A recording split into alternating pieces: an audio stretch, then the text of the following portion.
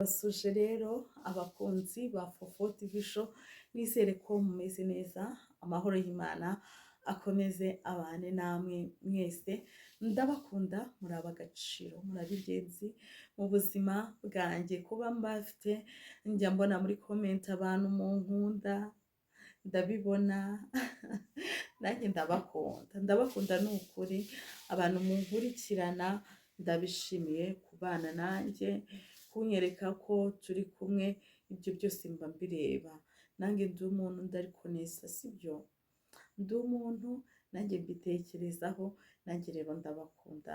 Inshuti zanjye, inshuti z'ubwiza, inshuti mukera gusa neza, mpari ku bwanyu, murabizi muri imfura cyane. Muri imfura cyane abantu munkurikirana, ntago nabona ikintu mbituye, ariko Nyagasani ajya abaha umugisha. Umuntu uza hano agakanda kuri like, umuntu uza hano agakanda comment, akandika muri comment, sorry. Muri ab'ingenzi, muri ab'agaciro, mukomeze mwubahwe. Rero nje kubabwira rero kuri produit wakoresha mu musatsi wa naturel kugira ngo ugire umusatsi mwiza woroshye. Hariho abantu bafite umusatsi ukomeye pe, umusatsi ukomeye pe, wongereho ngo pe, kandi bakaba bashaka gutunga naturel. Ni mwebwe nje kuganira namwe. Abantu mufite ya misatsi bita injwiri, nje kuganira namwe kugira ngo urebe ko wakoroshya uwo musatsi wawe nawe ukabasha kuwusokoza, kuko murabizi ko ubwiza bw'umugore ni umusatsi. Ubwiza bw'umugore, mbisubiremo, ni umusatsi. Niyo mpamvu rero ndi hano ku bwanyu nshuti zanjye. Abantu bagiye bampamagara babimbaza, mbakoreye iki kiganiro. N'undi wese wabuze amayinite yo kumpamagara, nawe wabuze kumpamagara uri hanze, nje kugukorera kino kiganiro kugira ngo ukirebe nawe usokoze umusatsi wawe bikunde, sibyo? Rero nje kubibabwira ntace hirya no hino, ngiye kubereka produit zigera nko muri 3 ushobora gukoresha kandi wige kuzikoresha. Nimba utazi kuzikoresha, jya muri salo bazigushiriremo, reka kubipfubyapfubye, sibyo? Nje guhera kuri produit ya Movit, ya naturel, ya Brout, ariko buriya bwoko bwa Movit, sibyo? Hariho ama-Brout atandukanye, inshuti zanjye mubimenye. Ejo bundi hari umumama wampamagaye, hari Brout bari bamurangiye, yayisizemo mu mutwe we, hamwe ngo bikarareshya cyane, ngahandi ugasanga ntibyahiye, imisatsi igenda isumbasumbana. Rero niyo mpamvu ndi hano nje kubabwira ikintu wakoresha cyose kugira ngo umusatsi wawe worohe, na produit wakoresha ukamenya kwishyiramo. Nimba utazi kwishyiramo, sanga abo muri salo bayigushiriremo. Produit ya Movit, nimba utazi kuyishyiriramo, ugenda usiga ku musatsi uruhande rumwe, waciyemo umurongo, ukagenda uyishyiramo, ugasokoza umutwe wose, ukamenya ngo produit yinjiyemo imbere, ukamenya ko urusokozo uri kurusokoza kagenda. Mu gihe urusokozo rwawe rutaragenda, menya ko umusatsi wawe utarashya. Kandi iriya produit iyo uyikoresha ntabwo umusatsi wawe unyerera, uhita wongera ukisubira ugasigara woroshye, sibyo? Niyo produit wakoresha muri naturel, ikagira gute, ikagufatira umusatsi neza. Iyo ni iya mbere, reka tuyiveho.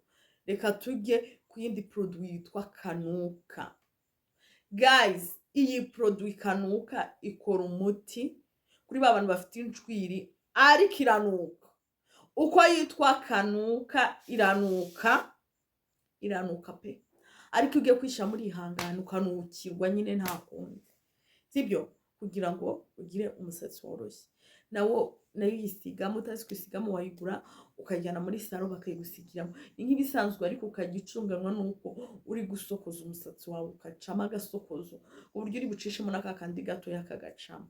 Nibwo ushobora kuba wagira gute, wamesa mu mutwe wawe, sibyo? Ikindi kintu ushobora gukoresha kugira ngo umusatsi wawe worohe cyane, hari produit ase burabayita nguki ntago uzi izina ryayo ariko produit zikora kerire sibyo ziriya produit zikora kerire wagenda bakayigushiramo muri salo kuko irahenda ntabwo wabona amafaranga aguze kiriya gicupa cyose kereka nk'ino uri umukire ukakigura ukajya uhora ukishyuriramo sibyo reka mbabwire hari n'umumama w'i Kigali abantu batuye muri Kigali mwazambwira nkabaha nimero ziwe umumama ushobora kugukorera naturere ugasokoza ukajya ubona ni naturere afite uburyo ayikoramo reka mbikubwira inshuti afite uburyo ayikoramo ku buryo usokoza ukabona ni wa musatsi mwiza woroshye ntubonemo n'ikidefirizo na kimwe ntubone hano byanyereye aha byanyereye no yawugukorera abantu mwakenera muri Kigali gutunga naturere yoroshye guys mwandike muri comment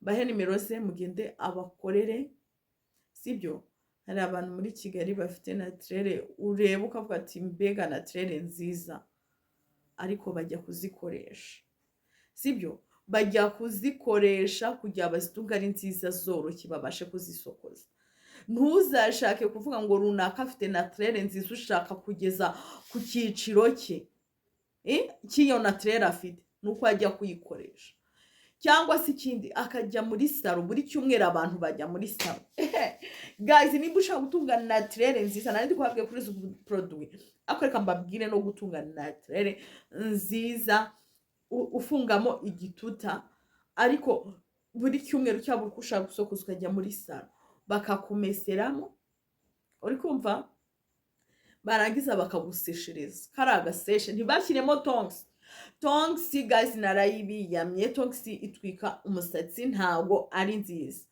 bakabashyiramo kari agaseshe sibyo uzabura n'umuntu uboneye igisatsi cye kimeze gutya ushaka kugitunga se utajya muri salo kuwukoresha ntibizashoboka buri uko ushatse gusokoza neza ujya muri salo bakakumeseramo cyangwa se bakagucishirizamo iraseshe bakawugusokoreza neza umara iminsi umusatsi wawe usa neza urambutse sibyo kandi iyo wagiyeyo ugasokoza bigusaba kuza ugafungamo igituta sibyo nubiryamiraho nta n'iminsi 3 biramaramo nicyo cyumweru iraseshe nta iramaramo icyo cyumweru rero tumenye kwita ku misatsi yacu ayo niyo ma produit nababwira cyangwa se mu mama w'i Kigali wabakorera imisatsi yanyu igasa neza ntacyo nzabima nkifite guys ndabashimira rero abantu mwakurikiranye Fofo TV show nsaba utarakora subscribe ukore share like na comment